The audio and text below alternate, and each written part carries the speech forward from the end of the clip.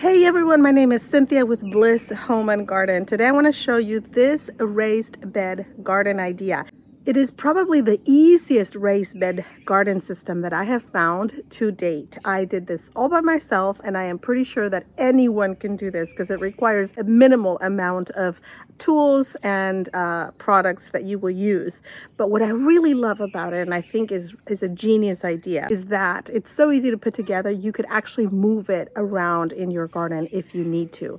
Not only that, but you can build on it. You can build out of it and you can build it higher. You can stack it in different ways that will give you even more space for your gardening. And I definitely recommend this way of doing garden beds. I think this is the only way I'm going to do it going forward.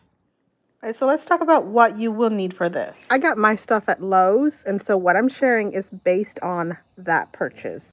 It all starts with this funny looking brick that they call a concrete retaining wall block.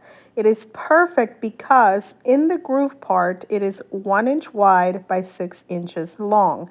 And this becomes important later. But what I did is count how many of these I was going to need for my design, for the configuration that I wanted. So I went ahead and counted them and I purchased the ones I needed. But then because 1 by 6s fit perfectly, I got enough 1 by 6s to be able to cut them to the size that I wanted. I wanted to make sure they were weatherproof, and then basically I came home, I measured them, and I just inserted them. You just basically slide it through that little groove and you are done. That is as simple as it gets.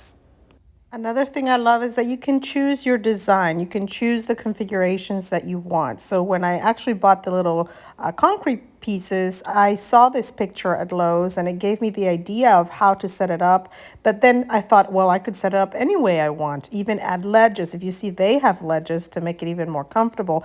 And theirs is about 3 levels high.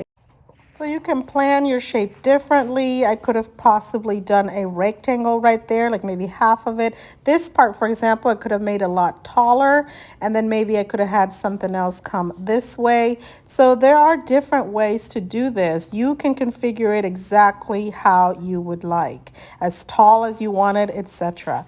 And off the side note, I just wanted to share, these are little melons that I started there, and I'm actually often do a lot of starter plants and then transfer them to another part of the garden.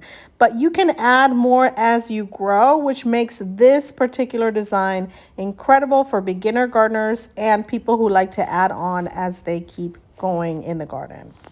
I'm not really your vegetable gardener, so for me, I had to find something very, very easy that I could share with other people because mostly I do landscaping. I'm kind of more like your landscape designer than I am a vegetable gardener.